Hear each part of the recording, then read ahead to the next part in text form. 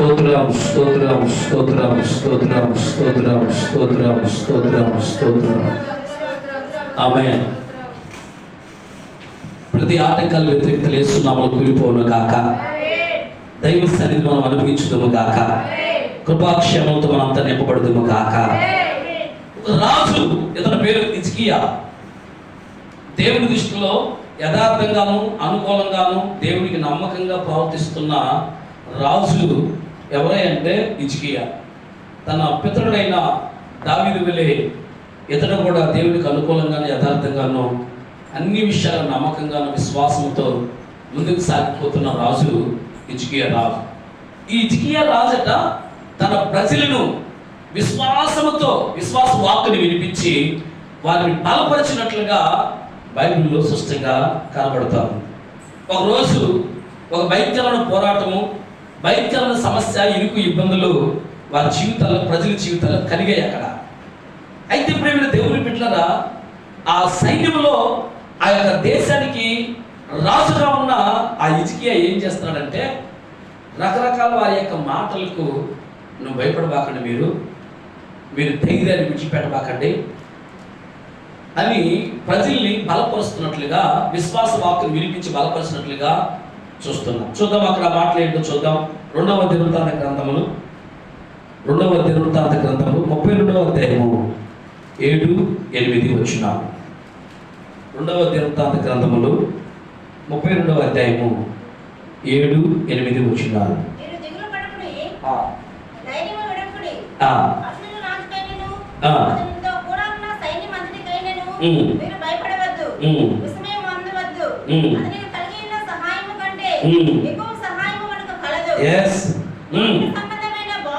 చూడండి, మానవ సంబంధమైన మాంస సంబంధమైన బాహువే వారికి అండ,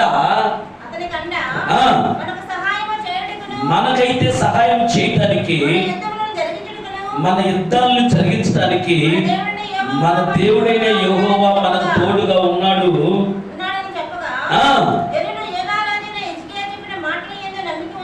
ఆమేన్. చెప్పకూడదు ఒకసారి బిగ్గరగా, దేవునికి స్తోత్రం కలుగును గాక. ఎంత అద్భుతంగా తన ప్రజల్ని విశ్వాసంలో బలపరిచి ధైర్యపరుస్తున్నట్లుగా ఈ వాక్యం ద్వారా మనం చూస్తున్నాం. మీరు ఆ అషూరు రాజు యొక్క మాటలకు భయపడబాకండి.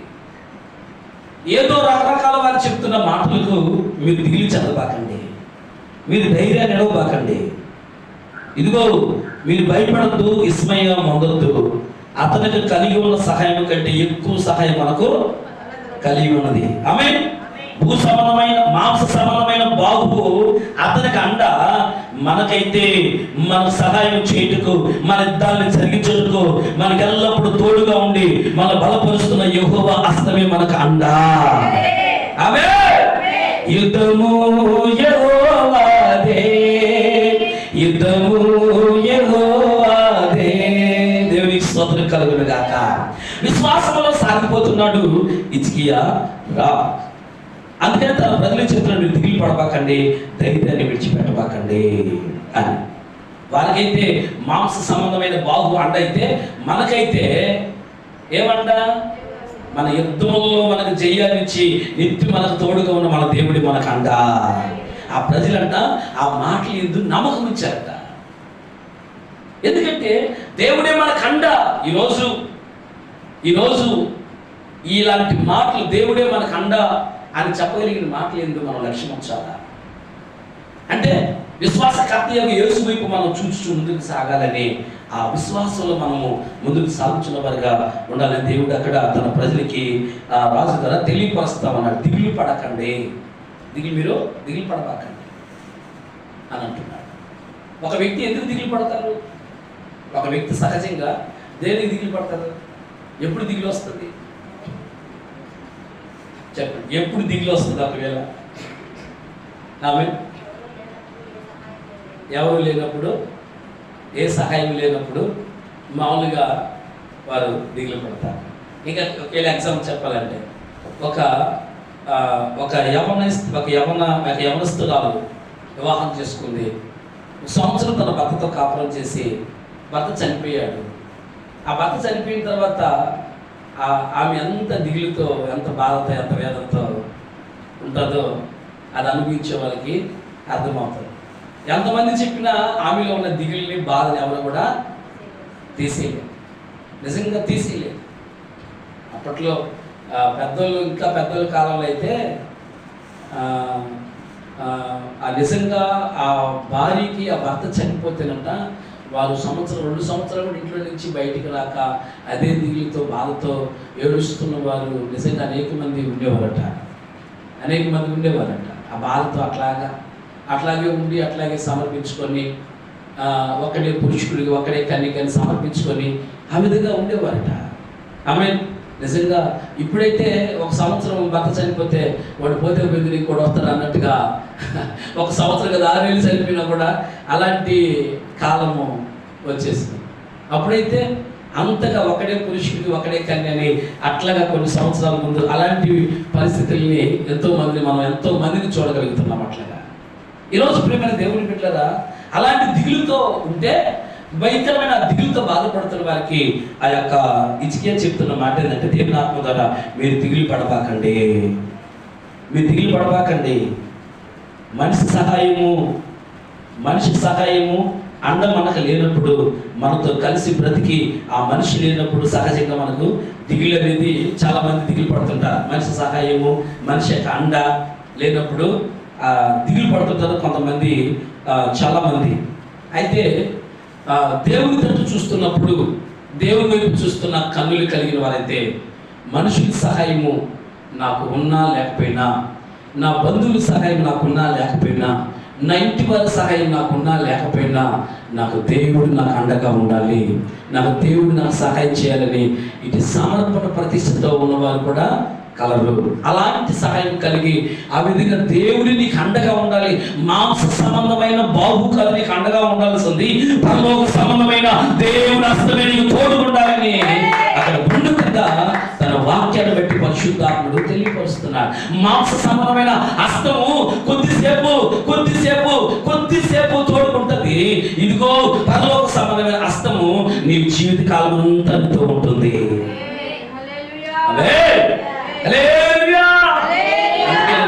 మావుడు పుట్టినరోజులో కూడా ఆయన చెప్తూ, ఇదిగో నేను ముచ్చు వరకు ఎత్తుకునేవాడు నేనే. సంకలోకి తల్లి ఉడిలోకి వచ్చినప్పుడు ఆ బిడ్డని ఎత్తుకున్నప్పటి నుంచి ముచ్చు వరకు కూడా నేను ఎత్తుకుంటున్నాను అని దేవుడు చెప్తున్నా. సంకలోకి వచ్చినప్పుడు ఆ తైలాస్తము ఆ ఎత్తుకునేసారి కూడా నడిచిన తర్వాత ఏం చేస్తారు, తైలాస్తము తోడు లేకుండా వదిలేస్తారు. కానీ దేవుడు ఎప్పుడు కూడా మనం ఈ విశ్వాస యొక్క వాక్కుని అక్కడ నూరిపోస్తున్నాడు అన్నమాట. అక్కడ హిజ్కియా రాజు నూరిపోస్తున్నాడు. మాంస సంబంధమైన, రక్త సంబంధమైన, ఈ మాంస సంబంధమైన బాహు కాదు మనకు అండగా ఉండాల్సింది. మనకు అండగా ఉండాల్సింది ఎవరో తెలుసా? పరలోక సంబంధమైన సైన్య సమూహములకు గొప్ప యుద్ధాల్లో చెయ్యాన్ని కలిగిస్తున్న దేవుడే మనకు అండగా ఉండాలా. ప్రతి పోరాటంలో, ప్రతి యుద్ధంలో మనకు చెయ్యాన్ని కలిగిస్తున్న ఆయన హస్తం మనకు తోడు, ఆయన మనకు అండగా ఉండాలని అక్కడ రాజు తన ప్రజల్ని బలపరుస్తున్నాడు. అషూరు రాజుకైతే మాంస సంబంధమైన ఆ చుట్టుపక్కల ఉన్న సైన్యము, ఆ ప్రజలు వాళ్ళ అండ చూసుకొని, నాకేమే ఇంత గొప్ప సహాయం ఉంది, నాకేమే ఇంత గొప్ప సైన్యం ఉంది, నాకేమే ఇంత అండ ఉంటే నాకేమని చెప్పి విరవేగుతున్నాడు. మనమైతే ఈ మాంస సంబంధమైన అండను మనం చూసుకోకూడదు, కానీ పరలోక సంబంధమైన బాహువే మనకు అండగా ఉండాలి. హల్లెలూయా. ఆయన అండగా ఉన్నాడు అనుకో, నీవు ఇంకెన్నడూ కూడా దిగులు పడవు. ఆయన బాహువు నాకు అండగా ఉందంటే నాకు ఇది ఏదానికి నేను దిగిల్చాను అంతే. ఆయన బాహు అంటే ఆయన హస్తం నాకు అండగా ఉందంటే నాకు ఇది దిగులు ఉండదు. ఆయన బాహు వైపు చూడక మనుషుల బాహు వైపు, మనిషి సంబంధమైన మాంసపు బాహు వైపు, చేతుల వైపు మనం చూసినప్పుడు ఖచ్చితంగా దిగిల్చాల్సిన పరిస్థితి. రాజు తన సంఘాన్ని, అక్కడ తన రాజ్యాన్ని బలపరుస్తున్నాడు. మనము దిగులు చెందాల్సింది దేవుని అండ మనకు లేకపోతే దిగులు చెందాలా. ఆయన హస్తం మనతో లేకపోతే దిగులు చెందాలా. ఆయన హస్తం లేకపోతే ఈరోజు భూమి మీద బ్రతుకుండే వాళ్ళమా? ఆయన అండగా లేకపోతే ఈ క్షణానికి మనం బ్రతుకుండే వాళ్ళమా? ఈ క్షణానికి మనం భూమి మీద జీవించే వాళ్ళమా? లేదు కదా. మరి అలాంటి పరలోక బాహు మనకు అండగా ఉన్నప్పుడు మాంస సంబంధమైన ఆ హస్తాల వైపు మనం ఎందుకు చూస్తున్నాము? మీరు దిగులు చెందొద్దని రాజు అక్కడ తన ప్రజలకు చెప్తా తెలియపరుస్తాడు. రోజు తన నాయకుడు యెహోషువ నాయకుడు మోషే దేవుడు పిలిచిన తర్వాత లోయలో పడి అక్కడ వెళ్ళిపోతే దిగిలి అంతా బాధపడతా ఉంటాడు. మా నాయకుడు లేడే అంటే నాయకుడి దగ్గర పెరిగాడు అన్నమాట. అక్కడ ఆమె నాయకుడైన మోషే దగ్గర తన విశ్వాస జీవితంలో కొనావరికి పెరిగాడు. అక్కడ యెహోషువ పెరిగాడు. మరి ఆ పెరిగిన ప్రేమ బంధము అక్కడ ఎడబాటు అయ్యేటప్పటికి దిగులుతో కూర్చుంటూ బాధపడతా ఉంటే దేవుడే యెహోషువ దగ్గర దిగొచ్చాడు. చూడండి ఆత్మ సంబంధంగా ఎప్పుడైతే మనం ఆలోచిస్తామో దేవుడే యెహోషువ దగ్గర దిగొచ్చాడట.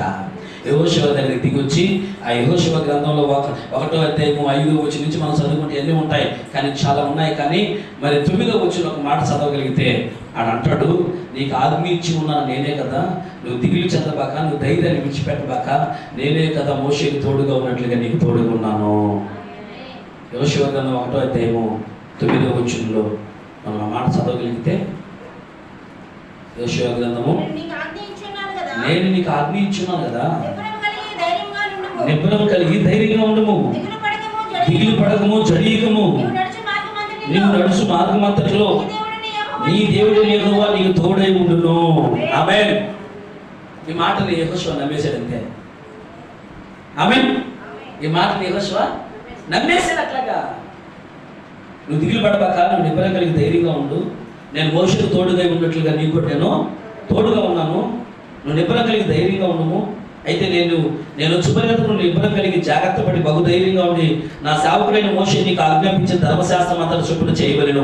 నీవు నడుచు మార్గం అంతా చక్కగా ప్రవర్తించినట్లు నీవు దాని నుండి కుడికి కానీ ధర్మశాస్త్ర వాక్యం నుండి కుడికి కానీ ఎడమ కానీ తొలగకూడదు. ఈ ధర్మశాస్త్ర గ్రంథమును నీవు బోధింపక తప్పిపోకూడదు. దానిలో వ్రాయబడిన వాటన్నిటి ప్రకారము చేయుటకు నువ్వు జాగ్రత్త పడినట్లు దివారాత్రం దాన్ని ధ్యానించిన యెడల నీ మార్గాన్ని వృద్ధి చేసుకొని చక్కగా ప్రవర్తిస్తావు. నేను నీకు ఆజ్ఞ ఇచ్చినాను కదా, నిబ్బరం కలిగి ధైర్యంగా ఉండము, దిగులు పడకము, జడీకము, నీవు నడుచు మార్గం అంతట్లో నీ దేవుడే యెహోవా నీకు తోడై ఉన్నాడు. దిగులుతో ఒక మూల కూర్చొని ఉన్నా ఒక మాట చెప్పనా, గొప్ప సైన్యము యెహోషువ వెనకుంది.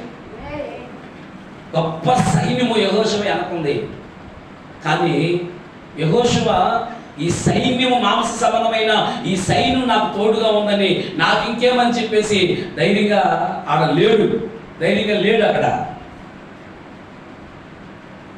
ఆత్మానుసారంగా వాక్యముతో బోధిస్తూ క్రమంగా వాక్యములో పరిశుద్ధాత్మను నడిపిస్తున్న నాయకుడు నా దగ్గర లేడని దిగులు చెందేస్తున్నాడు అక్కడ.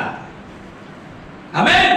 ఎందుకు దిగంటే మరి మోషే అలా ఉన్నప్పుడు మోషే దగ్గర నీళ్ళు ఇచ్చేవాడు, మోషే చేతుల మీద నీళ్లు పోసేవాడు, మోషేకి అన్నం పెట్టేవాడు, మోషే చల్లగా పరిచయం చేసి అలసిపోయి ప్రజలకు తీర్పు చేసి వాళ్ళతో నడిపించి అలా చేసి అలసిపోయినప్పుడు చల్లగా కాళ్ళు నొక్కేవాడు, చేతులు నొక్కేవాడు. ఇదిగో ఒక తండ్రిగా ఆ ప్రేమతో ఆ విధంగా పరిచయం చేసి అన్ని విధములుగా కనపరిచేవాడు మోషేని. మోషే దగ్గర కనిపెట్టుకునేవాడు నమ్మకస్తుడైన స్థానాన్ని సంపాదించేసుకున్నాడు యెహోషువ.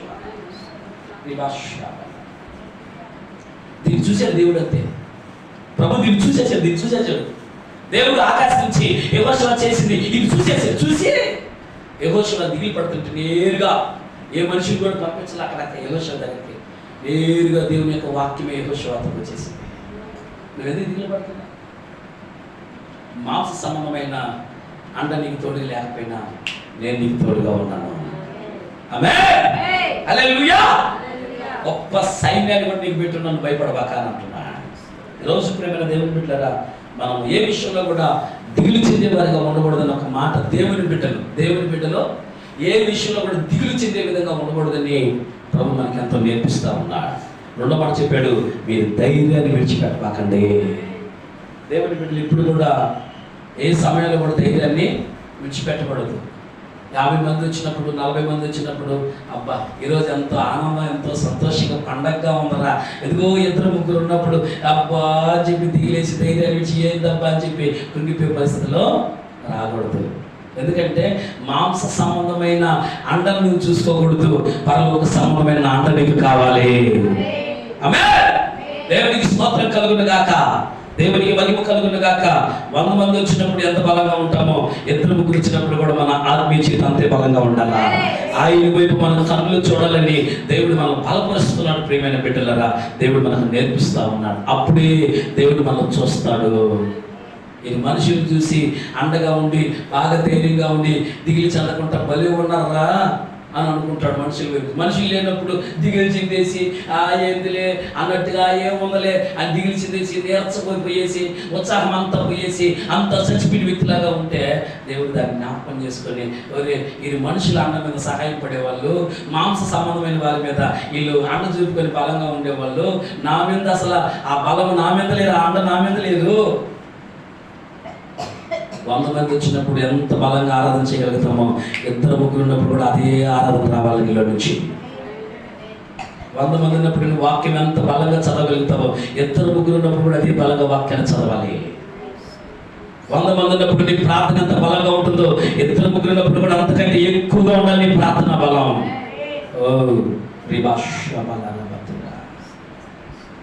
బలపరుస్తున్నాడు రాజు అక్కడ, బలం పొందుకుంటున్నారు అక్కడ. ఎందుకంటే నీకు అండ మాంస సంబంధమైంది కదా అండ. ఎవరు అండ? నీ యుద్ధాల్లో గొప్ప చేయని కలిగించిన నీ దేవుడి నీకు అండ. అది మన విశ్వాసం. అందుకే ధైర్యాన్ని విడిచిపెట్టకండి అని అంటాడు. ఒకరోజు యేసు ప్రభు సముద్రం మీద 4వ జాము నడిచి వస్తూ ఉంటే శిష్యులు ఆయన వైపు చూసి పోతం అని చెప్పి భయపడిపోతూ ఉంటారు. ఎందుకు భయపడుతున్నారు? దేనికి భయపడుతున్నారు? అయ్యా పోతం కాదు, నేనే యేసుని అని అంటాడు. ఒకసారి నన్ను రాని నా దగ్గర కాళ్ళు పట్టండి, నా చేతులు పట్టుకొని చూడండి. భూతానికైతే శరీరం ఉండదు, భూతానికైతే ఆత్మ ఉంటుంది కానీ శరీరం ఉండదు. నన్ను పట్టి చూడండి అని అంటాడు. అప్పుడు ఆయన చూసినప్పుడు ప్రభువా అని అంటాడు. ఒకరోజు యేసు ప్రభు అమర అలాగా పవడలో నిద్రపోతా ఉంటే శిష్యుల వైపుకి ఆ సముద్రం అలా గాలి విట్టితో వచ్చేస్తే దాన్ని చూసి భయపడిపోయి అల్లాడిపోయి పెద్ద కేకలు పెట్టి చచ్చిపోతున్నాము, నీకేం చెత్తలేదని చెప్పి యేసు ప్రభు మీద గొడవ వేసేసుకుంటారాడ. పెద్దగా అరస్తా, ఒకవేళ ఒక తాడి దెబ్బతుంటే కొట్టి అంత గొడవ, అంత పెద్దగా భయపడిపోయి ప్రభు గాలిని చూసి గద్దించేసాడట్టుగా అలా నిమ్మమైపోయింది అట్లాగా. ఆమె తన ఎమడిస్తున్న వారిని కలిపెడుతున్న ఆ గాలిని ప్రభు ఏం చేశాడు తెలుసా? ఏం చేశాడు? గద్దించాడట్లుగా. తన ఎమడిస్తున్న శిష్యుల్ని కలిపెడుతున్న వారి మనసును కలిపెడుతున్న గాలిని గద్దిస్తే ఆ గాలి ఏమైపోయింది తెలుసా? నిమ్మమైపోయింది. వేస్తున్నాము ఈరోజు ఆయన ఎమడిస్తున్న మనల్ని, మన మనసుల్ని కలిపెడుతున్న గాలిని ప్రభు గద్దించును కాక. అపవాది యొక్క గాలిని ప్రభు గద్దించును కాక. ఏస్తున్నాములో గద్దించును కాక. అది నిమ్మల వైపు అయిపోతుంది కాక. ఏస్తున్నాములో అది మన పైకి వచ్చినప్పుడే మా మనసు కలవరాలు అయిపోతాయి. శిష్యుల యొక్క మనసులు ఏమైపోయినాయి తెలుసా? కలవరాలు అయిపోయినాయి. అది పైకి వచ్చినప్పుడు దాని కలవరాలు అయిపోయినాయి. ఎప్పుడైతే దాన్ని గద్దించాడో ప్రభు, అది అలా గాలి గద్దిస్తే నిమ్మలం అయిపోయిందంట. వాళ్ళ శిష్యులందరూ మనసులో అలా హ్యాపీ అయిపోయారట. ఆమేన్. మన మనసులో ఎప్పుడు కలవరం పోతుందో మన మనసు నిమ్మలం అయిపోతుంది. దేవునికి స్తోత్రం కలుగును గాక, దేవునికి మహిమ కలుగును గాక. వారి మనసులో ఉన్న కలవరాన్ని అది తొలగించడానికి అక్కడ ఏదైతే వారి మనసులో కలవరం పెడుతుందో ఆ గాలిని ప్రభు ఏం చేశాడంటే గద్దించాడు. అక్కడ వాటిని గద్దించడమే కాదు, ఈ వైపు చూసి చెప్తా ఉన్నాడు, విశ్వాసం లేని మూర్ఖతరం వాళ్ళరా, ఎంతకాలం మిమ్మల్ని సహించాలా? నమ్మకం లేని వాళ్ళరా, మూర్ఖతరం కలిగిన వారా. 4:40 చెప్తాను మార్కు సువార్తలో, ఇదిగో నేను మీతో కూడా ఉన్నానని మీరు ఎరగరా? ఆమేన్. నేను మీతో కూడా ఉన్నానని 4:40 ఏమన్నా మార్కు సువార్తలో? మీరు ఎందుకు భయపడుతున్నారు? మీరు ఇంకనూ నమ్మలేకున్నారా? మీరు ఇంకనూ అంటే అర్థం ఏంటి? నేను మీతో కూడా ఉన్నాను, నేను మీకు తోడే ఉన్నాను, మీ పక్కనే ఉన్నాను, మీరు ఎందుకు ఇంకా నమ్మలేకున్నారా? చూడండి ప్రియమైన దేవుని బిడ్డలారా, ఇంకో చోట అయితే 9వ అధ్యాయము అక్కడ ఇంకొక మాట అసలు భయంకరంగా మాట్లాడతాడు. 9వ అధ్యాయంలో ఆ మాట కూడా చూడండి. మార్కు సువార్తలోనే 9వ అధ్యాయంలో 19వ వచనం చదువు తల్లి. అందుకు ఆయన విశ్వాసం లేని తరం వాళ్ళారా, నేను ఎంతకాలం మీతో ఉండును, ఎంత వరకు మిమ్మల్ని సహింతును. చాలు, ఎంతకాలం నేను మీతో కూడా ఉండును, ఎంతకాలం నేను మిమ్మల్ని సహిస్తాను. ఇంకా విశ్వాసం లేకుండా బ్రతుకుతున్నారే. మాంస సంబంధమైన హస్తం కాదు నీకు తోడుగా ఉండాల్సింది. నీ ప్రతి పోరాటాల్లో నీకు చెయ్యాలిచ్చి ఈ రోజు వరకు బ్రతికించిన నా హస్తమే నీకు అండగా ఉండాలా. అవునా కదా? ఆ మాట పెట్టి చెప్పబడి స్తోత్రం చెప్తాం ఒకసారి. స్తోత్రాలు చెప్పి చెప్పబడతాం.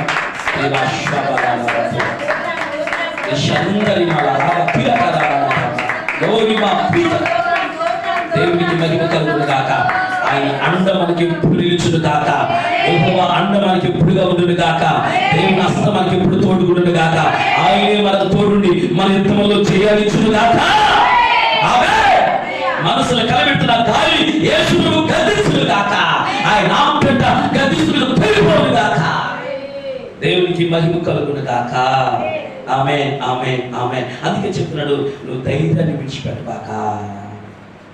దావీదైతే సమూయేలు గ్రంథం 30:6 యెహోవాని బయట ధైర్యం తెచ్చుకున్నాడట. ఆమేన్. కాబట్టి ఇక మనం అక్కడంతే మీరు భయపడద్దు, దిగులు పడద్దు.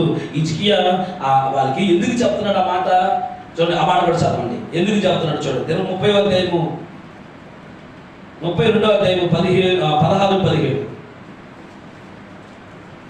16 నుంచి ఎందుకు చెప్తున్నాడు చూడండి. అక్కడ మాటలు ప్రజలు హిజ్కియా చేత మీరు మోసపోకుడి, ఇటు ప్రేరేపణకు మీరు లోబడబాకండి, అతను నమ్ముకోబాకండి. ఏ జనులు దేవుడినైనను, ఏ రాజుకు దేవుడినైనను తన జనులను తన చేతిలో నుండి గాని తన పితరుల చేతిలో నుండి గాని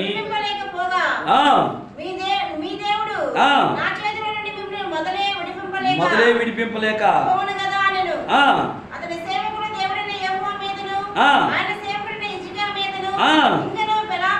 పేరుని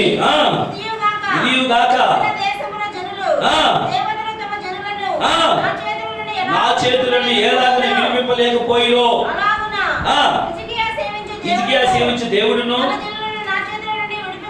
నా చేతుల నుండి విడిపింపలేకపోవునని ఇశ్రాయేలు దేవుడైన యెహోవాను నిందించుటకును అపవాదమును పలుకుటకును. ఎవరతడు? హిజ్కియా రాజు చెప్తున్నాడు. హిజ్కియా రాజు చెప్పిన మాటలు చూడండి, మీకు అర్థం కావాలని చెప్తాను. హిజ్కియా చేత మీరు మోసపోకుడి. హిజ్కియా చెప్తున్నాడు. హిజ్కియా చేత మీరు మోసపోకుడి, మీరింటి ప్రేరేపణకు లోబడకుడి, అతను నమ్ముకొనకుడి. ఏ జనులు ఏ దేవుడు మిమ్మల్ని నా చేతుల నుంచి విడిపించలేడు. హిజ్కియా ఆరాధిస్తున్న ఆ దేవుడు కూడా అసలే మొదలే విడిపించలేడు అని అశ్షూరు రాజైన సెనహరీబు ఈ మాటలు ప్రజలకి రాస్తూ, ఇదిగో ఉత్తరాలు రాస్తూ పంపిస్తా ఉన్నాడు. జనాలను భయపెడతా ఉన్నాడు. అక్కడ ఈ జనాలందరూ ఏం చేస్తారు తెలుసా? భయపడిపోతా ఉన్నారు. హిజ్కియా ఎవరు వెళ్తున్నారు? అతను నమ్ముకోబాకండి, అతను మిమ్మల్ని మీరు మోసపోకుడి. హిజ్కియా చేత మీరు మోసపోకుడి, అతను ప్రేరేపణకు మీరు లోబడకుడి, అతను నమ్ముకొనకుడి. లోక సంబంధమైన అపవాది ఏం చేస్తాడో తెలుసా? తన ప్రజల్ని దైవికంగా నడిపిస్తున్న హిజ్కియాని నమ్ముకోవద్దు, అతని మాటల చేత మీరు మోసపోబాకండి, లోబడబాకండి. ఏ దేవుడు, మీరు నమ్ముకున్న దేవుడు కానీ హిజ్కియా నమ్ముకున్న ఏ దేవుడు కూడా నా చేతిలోంచి మిమ్మల్ని విడిపించలేడు అని దేవుడి మీదను హిజ్కియా మీద నిందలు మోపుతూ అపవాదులు పలుకుతున్నాడట. ఉత్తరాలు రాస్తున్నాడని ఎంత క్లియర్గా వాక్యం చెప్తుందో చూడండి. అక్కడ భయపెడుతున్నాడు, ఈ విధంగా భయపెడుతున్నాడు అనమాట. ఈరోజు అనేక విధాలుగా అపవాది నిన్ను రకరకాల ఈ మాటల చేత భయపెట్టచ్చు, బాధపడుతూ ఉండొచ్చు. దేవుడు ఈరోజు మనం బలపరుస్తున్న మాట ఏం తెలుసా? మీరు భయపడకు, మీరు ధైర్యాన్ని విడిచిపెట్టబాకండి, నేను మీకు తోడుగా ఉన్నాను. మాంస సంబంధమైన బాహు వాళ్ళకి అండగా ఉంటే, ఆమేన్, మాంస సంబంధమైన వాళ్ళకి అండగా ఉంటే మనకైతే అన్నిటిలో తోడుగా ఉండి గొప్ప చేయాలిచ్చిన ఆయన బాహువే మనకు అండగా ఉంది. హల్లెలూయా. దేవునికి స్తోత్రం కలుగును గాక. ఎంతో విశ్వాసంలో ప్రజలు బలపరుస్తూ ధైర్యపరుస్తున్నట్లుగా హిజ్కియాను మనం చూస్తున్నప్పుడు అర్థమవుతుంది.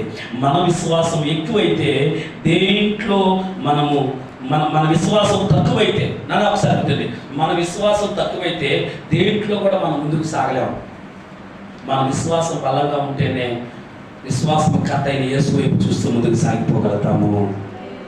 ఆమేన్. మన విశ్వాసం అందుకనే వాళ్ళ విశ్వాసంలో బలంగా ఉండాలని ఏ మాటలకి మీరు భయపడబాకండి, ఏ మాటలకు మీరు దిగులు చెందబాకండి, ధైర్యాన్ని విడిచిపెట్టబాకండి, మాంస సంబంధమైన అండని మీకు తోడుగా చూసుకోబాకండి, పరలోక సంబంధమైన బాహువే మనకు అండగా ఉండాలి అని హిజ్కియా రాజు తన ప్రజల్ని బలపరుస్తున్నాడు. ఎందుకని తన ప్రజల మీద అతనికి బాధ్యత ఉంది. ఆమేన్. దేవుడు అప్పగించిన తన ప్రజల మీద అతనికి ఏముంది? బాధ్యత ఉంది. దేవునికి స్తోత్రం కలుగును గాక. ఈ బాధ్యత ఏం చేస్తారో తెలుసా? చదవండి, ఎక్కడికి నడిపిస్తున్నాడు ఆ విశ్వాసంతో బలపరుస్తూ. 30వ అధ్యాయంలో 17 నుంచి చదవండి, 18 నుంచి చదువు తల్లి. 30వ అధ్యాయంలో 18 నుంచి 20 దాకా.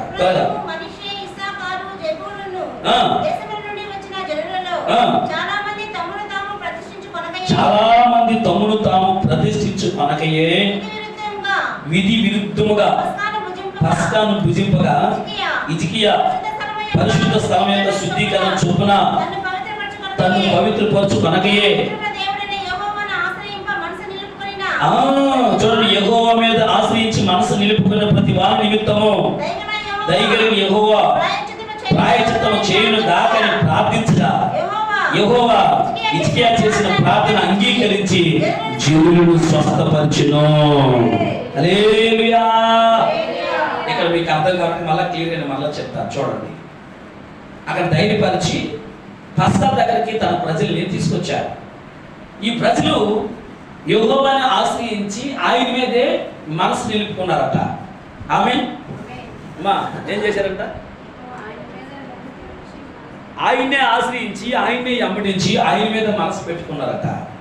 అయితే అక్కడ జరిగిన పరిస్థితి ఏంటంటే వారు తాను ప్రతిష్ఠించుకోనక ఏ పస్కాను భుజించారంట. ఏమైందమ్మా? తమను తాము వాళ్ళు ప్రతిష్ఠించుకోనక ఏ పస్కాను భుజించారంట. అంటే పస్కాను భుజించేటప్పుడు ప్రతిష్ఠిత ఉండాలా వద్దా? సమర్పణ ఉండాలా వద్దా? ఆ రోజు గొర్రె పిల్లను వధించిన పస్కా, ఈరోజు గొర్రె పిల్లైన యేసు ప్రభు మనకు ఆయన వధించబడిన పస్కాగా మన వరకు మార్చబడ్డాడు. ఆయన శరీరం తీసుకునే రక్తంలో పాలు పంపులు పంచుకునే వాళ్ళు ప్రతిష్టంగా ఆ శరీరం రక్త మాంసంలో చేతులు వేయాలా వద్దా? చెప్పండి. 1000 మంది ఉన్నా ఇదే చెప్తాడు, 2 ఉన్నా ఇదే చెప్తాడు, 10 మంది ఉన్నా ఇదే చెప్తాడు. వెళ్ళాలి గమనిస్తే అక్కడ ఆ వస్త్రాలు చేసేవారు చేయి వేసే వాళ్ళకి ఎక్కడ ఏముండాలంటే ప్రతిష్ఠత ఉండాలంటే, సమర్పణ ఉండాలా. అరే ఈరోజు బల్ల కదా, ఈరోజు నేను కడుపు నిండా చేపల కూర వండుకొని తినేసిపోతే అట్ట ఏమ్మా? కడుపు నిండా వండుకొని తినేసి దేవతాడికి వెళ్ళేసి తోకత అట్లా ఉండి బల్లిస్తే ఆ శరీరం తీసుకొని తినేస్తే ఇదేనా ప్రతిష్ఠత? ఇదేనా సమర్పణ? దానికంటే ఒక భక్తి లేదా? దానికంటే శుద్ధీకరణ లేదా? దానికంటే ఉపవాసం లేదా? దానికంటే ఒక భక్తి చేసి ఒక భయంకరంగా ప్రతిష్టంగా బలలో చేయాల్సిన అనుభవం ఉందా లేదా? అంగట్లో దొరికే రొట్టె అయితే నీ ఎప్పుడు పోయినా ఏ టైంలో పోయినా తీసుకొని కొనుక్కోవచ్చు, డబ్బులు ఇస్తే ఇచ్చేస్తారు కదా. ఇది డబ్బులు ఇస్తే దొరికేది కాదు, నీ భక్తిని బట్టి నీ ప్రతిష్టను బట్టి దొరికేది ఇది. ఆమేన్. నీ భక్తిని బట్టి నీ ప్రతిష్టను బట్టి దొరికేది. దొరికే కాలంలోనే ఆయన ఎతకాలా, ఆయన ఎతికితే అప్పుడు దొరకతాడు ఆయన. ఆయన దొరికే సమయంలోనే మనం ఆయన కొరకు కనిపెట్టుకుంటే దొరకతాడు మనకు.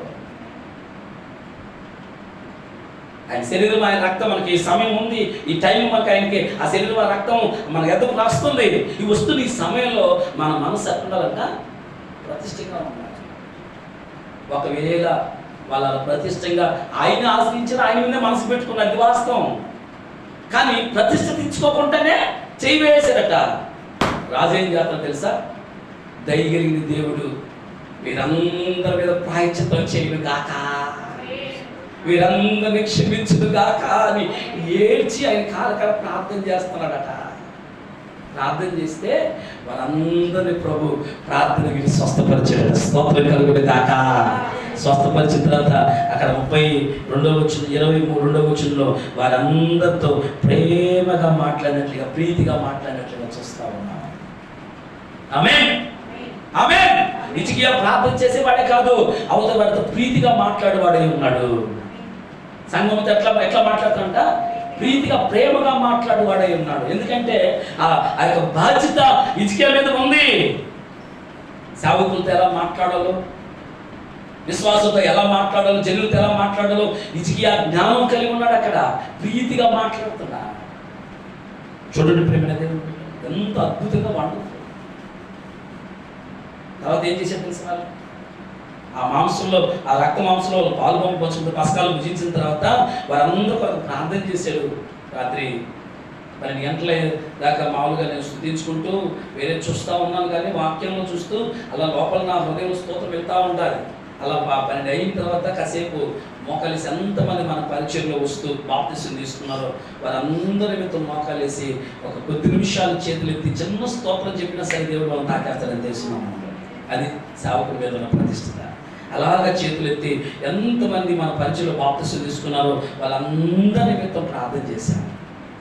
ప్రభువా వాళ్ళు అంగీకరించిన ఆయన, ఆమేన్, వారిని అంగీకరించి ప్రభువా ఈరోజు నీ శరీరంలో ఎంతమందిని వారి చేయడానికి ఎంతమందికి నీ శరీరం ఇవ్వాలనుకుంటున్నావో ప్రభా, అది నీ ఆలోచన అయింది. వారందరినీ పూర్తిగా నైనా పరిశుద్ధ పరచు ప్రభుని అలాగా ప్రతి ఒక్కరు అయిపోయేంత వరకు కూడా చేతులు ఎదుర్చుకుంటా ప్రార్థన చేసి బిడ్డలు గమనించు. అదొక బాధ్యత.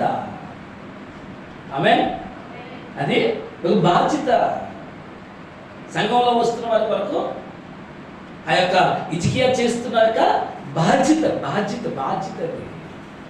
బిడ్డలు గుర్తుపెట్టుకోండి, దేవుని కనికలు మన మీద దిగొచ్చును కాక. ఇలా అయిన తర్వాత ఆ యాజకులు వచ్చి హిజ్కియా రాజు దగ్గరకు వచ్చి ఏం చెప్తున్నాం చూద్దామా. అక్కడ మాట కూడా చదువు 31 చివరి మాట చదువుకుని ప్రార్థన చేసుకున్నాం. 31వ అధ్యాయము 10వ వచనం. 31వ అధ్యాయం 10వ వచనం చదువుతుంది.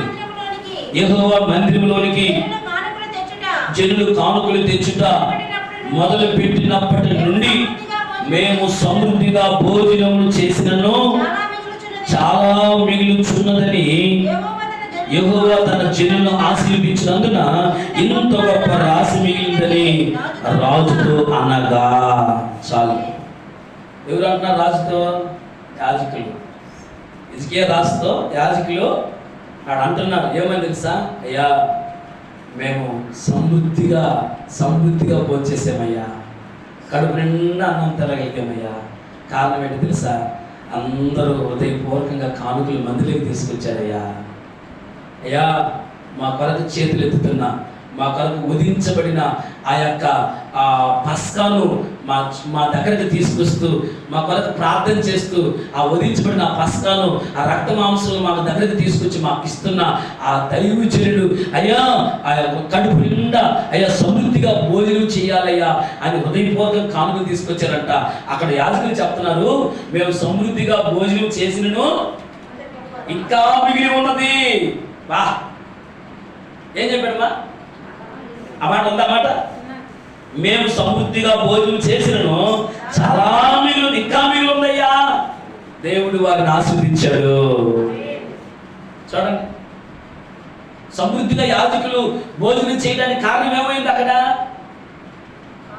ఆ సంఘము తీసుకొచ్చిన కాముకులు. ఏ బిడ్డల కొరకు ఆ యొక్క వధించబడిన ఆ మాంసమును ఇదిగో ఎవరి చేతుల్లో పెడుతున్నారో ఆ బిడ్డలు ఏం చేశారని తెలుసా? ఇదిగో వారు సమృద్ధిగా కానుకలు తీసుకొచ్చారట. యాజకుడు ఏం చేశారు తెలుసా? సమృద్ధిగా వారు భోజనం చేసినా ఇంకా చాలా మిగిలి ఉన్నాయని చెప్పి రాజైన యేసు ప్రభుతో చెప్తున్నారు. యొక్క యాజకులు రాజైన ప్రభుత్వం చెప్తున్నాడు, ప్రభువా ఈ మీరిచ్చిన ఈ బిడ్డలనైనా ప్రతి ఒక్కరు కూడా ఈ మాంసం తీసుకున్న ప్రతి బిడ్డలు కూడా ఎవరు కుదురు లేకుండా సమృద్ధిగా వారు కలిగిన దాంట్లో ఏ కల్మషం లేకుండా యథార్థంగా తీసుకొచ్చారయ్యా. మేము సమృద్ధిగా తిన్నా, భోజనం చేసిన కడుపు నిండా, ఆకలి లేకుండా కడుపు నిండా ఒక మంది తిన్నా, అవి ఇంకా కూడా మిగిలి ఉన్నాయని చెప్పి యాజకులు అక్కడ దేవునితో తెలియపరుస్తా ఉన్నారు. దేవుడు అంట అప్పుడు ఈ మాటలు చెప్పిన జనుల్ని దేవుడు ఏం చేశాడంట? ఆశీర్వదించాడు. జనులు ఆశీర్వదించాడంటే దేవుడు అప్పుడు యాజకులు సమృద్ధిగా సంతోషంతో మాట చెప్తా ఉంటే, అరే నిజంగా మన మామిడిపూడిలో ప్రార్థన జరిగింది. ఏం ప్రార్థన? పుట్టినరోజు ప్రార్థన. వారు ఇంతంతలో మొక్కలేసి అక్క గిన్నె నిండా పెట్టేసింది అన్నం తినన్నాడు. ఆమె మనకేమో బల్లారాధన, అక్కడేమో చేతిలో ప్లేట్లో ఒక భయంకరమైన భోజనము, మంచి భోజనము. తినకపోతే వాళ్ళు బాధపడతారు,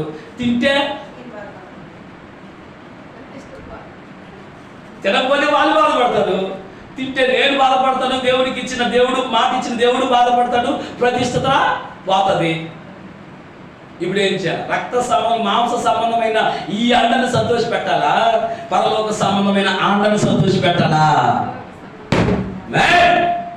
మాంస సంబంధమైన ఈ అండను, ఈ బాగును సంతోష పెట్టాలా?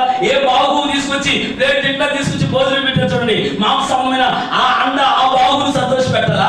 ప్రతి సమస్యలో, ప్రతి యుద్ధాల్లో జయానికి తోడుగా ఉండి బలానికి బలపరుస్తున్న ఆ పరలోక సంబంధమైన బాగును సంతోష పెట్టాలా?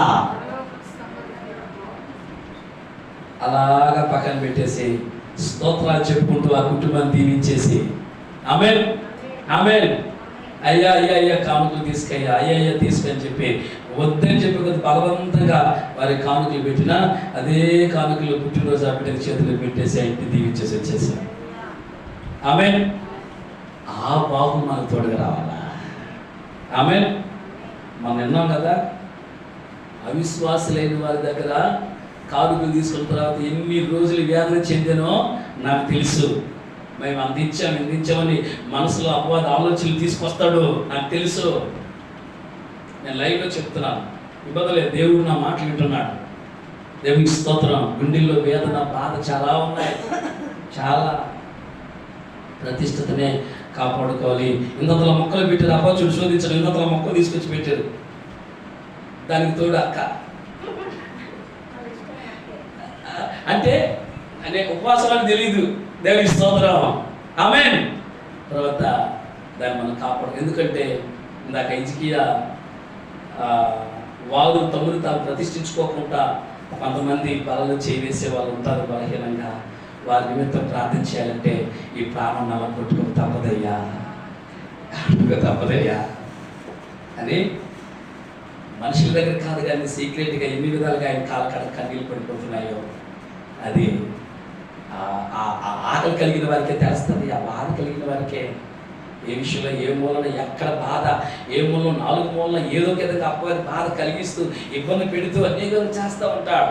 ఇటువైపు మనం చూసి కాదు కానీ ఆ బాహు వైపే మనం చూడాలి. అదే మన అండ. అయ్యో నా ద్వారా నా యాజకుడు సమృద్ధిగా భోజనం చేయాలి అని సమృద్ధిగా తీసుకొచ్చారంట. అక్కడ ఇంకా వారు తిన్నా కూడా, 4 ముద్దలు పెట్టి తిన్నా కూడా చాలా. ఆమేన్. మరియమ్మ ఒక ముద్ద, సాత్వికమ్మ ముద్ద, జయశీలమ్మ ఒక ముద్ద, సరుపమ్మ ఒక ముద్ద. అక్క ఈ ముద్దలన్నీ తినక ఇంకా కూడా ఏముందంట? చెప్పండి. ఇంకా చాలా మిగిలి ఉందంట. ఆమేన్. చూడండి, పస్కాని వాళ్ళు తీసుకున్న తర్వాత అక్కడ వాళ్ళు చేసిన పని చూడండి. ఈ యాజకులు, అక్కడ సేవ చేస్తున్న యాజకులు పరసంబంధమైన ఏ బాగు అండందో ఆ రాజుతో చెప్తున్నారు. ఇక్కడ యాజకులు చెప్తున్నారు, ఆ రాజుతో చెప్తున్నారు, అయ్యా ఈ ప్రజలు ప్రతిష్టతలో ఆ యొక్క పస్కాలో భుజించిన ఈ ప్రజలు వారు సమృద్ధిగా కానుకలు తీసుకురావడం వలన మేము సమృద్ధిగా భోజనం చేసామయ్యా, ఇంకా కూడా చాలా మిగిలి ఉందయ్యా. దేవునికి కానుకలు తీసుకొచ్చిన మొదలు పెట్టినప్పటి నుండి ఆమేన్. ఈరోజు తర్వాత అంట ఆ మాట చెప్పిన తర్వాత దేవుడు జనుల్ని ఏం చేశాడంట? ఆశీర్వదించాడు. కావాలి ఆశీర్వాదం మనకు? చూడండి, దేవుని మాట ఇది. దేవుని మాట. ప్రభు రానై ఉన్నాడు. పస్కాలో మనం భుజించాలంటే ప్రతిష్టంగా మన మనసు ఉండి ఏ ఆలోచన లేకుండా ఖచ్చితంగా ఆ విధంగా వేయగలిగితే దేవుడి కృప మనం పొందుకోగలుగుతాం. ప్రభు రాకలి సమృద్ధిగా ఎత్తపడతాం. మన ఆకలి, మన తపన, మన గుండెల్లో రోదన, మనం అందరం ఎరిగి ఉన్నాం. మోకరించని ప్రార్థన చేద్దాం. అంతకంటే మనం ప్రభు ఎరిగి ఉన్నాడు. మోకరిద్దాం, ప్రార్థన చేద్దాం. అందరూ కూడా మోకాలండి. ప్రతి ఒక్కరు కూడా మోకాలేసి ప్రార్థన చేయాలి. ప్రభు సమర్పించుకోవాలి. మాంస సంబంధమైన బాహు కాదు నా కండ, అన్నిటిలో తోడుగా ఉండి, రాకపోకలు తోడుగా ఉండి, నా పనులు నాకు తోడుగా ఉండి, నన్ను ఎంత గొప్పగా స్థితిలో నిలబెట్టి, ప్రతి యుద్ధాల్లో నాకు చేయాలిచ్చి, ప్రతి పోరాటంలో నాకు చేయాలిచ్చి, ప్రతి సమస్యలో నాకు చేయాలంటే ఈ రోజుకి అందరికంటే తలగా నిలబెట్టిన ఆ బాహు నాకు అండగా ఉండాలి. ఓ ఓ ఓ ఓ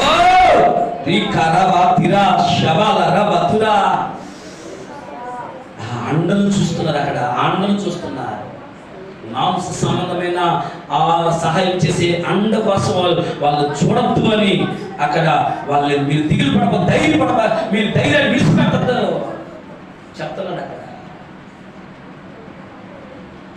తల్లి గర్భంలో పడిన మొదలుకొని ఒడి మీద నీ తల్లి ఒడిని ఎత్తుకుని మొదలుకొని ఈ రోజు వరకు నేను ఎత్తుకొని కాపాడుతున్నా ఆ బాహు వైపే చూడు. ఆ అండ నీకు ఉండాలా. ఆ అండ తన నీ ఎడల ఆయన కార్యాన్ని, ఆయన చిత్తాన్ని జరిగిస్తూ ఇంకా ఆయన మహిమపరుచుకునే విధంగా వేల వేల వేల మందిని ఆత్మను సంపాదించాలి. నీవు అక్కడ నీకు కలిగి ఉందో కాక, అభిషేకం కలిగి ఉందో కాక, ఎంత బలపరుస్తున్నాడు బాధ్యత కలిగిన తన సంఘం మీద. ఇదిగ ఎంతగానో రకరకాల విధాలుగా ఇదిగో అశ్వరు రాజు వచ్చి చెప్తున్నాడు. శనగ్రీవు వచ్చి చెప్తా ఉన్నాడు, ఇదిగే చేతులు మోసపోకండి, అతను నమ్మాకండి, అతను మిమ్మల్ని ఏమి వినిపించలేడు, అతను ఏమి సరిగా లేదు అని రకరకాలుగా చెప్పి ఉత్తరాలు రాస్తా ఉన్నాడట. ఇదిగే నిలబడ్డాడు. మీరు దిగులు పడకండి, ధైర్యాన్ని విడిచిపెట్టపాకండి. మాంస సంబంధమైనది కాదు మన కండ, పరలోక సంబంధమైన బాబు మన కండగా ఉన్నాడు. ఆయన వైపు మనం చూడాలని తన ప్రజల్ని బలపరుస్తున్నాడు. ఒకవేళ వారి బలహీనతను బట్టి దేవుడిని ఆశ్రయించినా, దేవుడి మీదే మనసు పెట్టినా, వారు ప్రతిష్ఠించుకోకుండా అక్కడ వీటిని బట్టి హిజ్కియా హృదయపూర్వకంగా ఆయన కాళ్ళు పట్టుకొని ప్రార్థన చేస్తే దేవుడే వారి నిమిత్తం ప్రాయశ్చిత్తం చేశాడట. మన నిమిత్తం మన దేవుడిని ప్రాయశ్చిత్తం చేయాలి. మన నిమిత్తం మన ప్రభు ప్రాయశ్చిత్తం చేసేది యేసుప్రభు శిలువలో మన కోసం. మందిరంలోకి జనులు ఇదిగో సమృద్ధిగా వారి కానుకలు తెచ్చినప్పటి నుంచి సమృద్ధిగా ఇది యాజకులు భోజనం చేస్తా ఉన్నారని, మేము సమృద్ధిగా భోజనం చేస్తున్నారని ఇదిగో ఏ యాజకుల్ని ఏ రాజులని పెట్టాడు అక్కడ చెప్తా ఉన్నా. జనులు దేవుడు ఆశీర్వదించాడు. అక్కడ ఇటు దేవుడిచ్చే ఆశీర్వాదంతో ముందుకు సాగిపోతుంది కాక, ఆయన రాకటి మనమంతా మెత్తబడదు కాక. ప్రార్థించాం సామాన్య స్వరూప సిస్టర్ ప్రార్థిస్తుందా. అందరూ కూడా ఏకీభవించి తన బిడ్డతో కూడా ప్రార్థించాం. తన దాసులతో కూడా అందరూ ఏకీభవించి ఒక నూతనమైన నిబంధనతో, నూతనమైన అభిషేకంతో అందరూ ప్రార్థన ఏకీభవించి ఇగో ప్రభు శరీరంలో చేయటానికి ఇష్టపడదాం. ప్రార్థన చేద్దాం. ప్రభు సమర్పించుకుందాం. స్తుతికి పాత్రుడా, స్తోత్రార్హుడా, స్తుతుల మీద ఆసీనుడా, పరిశుద్ధమైన పాదములకు నైనా స్తుతులు స్తోత్రాలు చెల్లించుకున్నాను ప్రభువా. నీ స్తోత్రమయ్యా.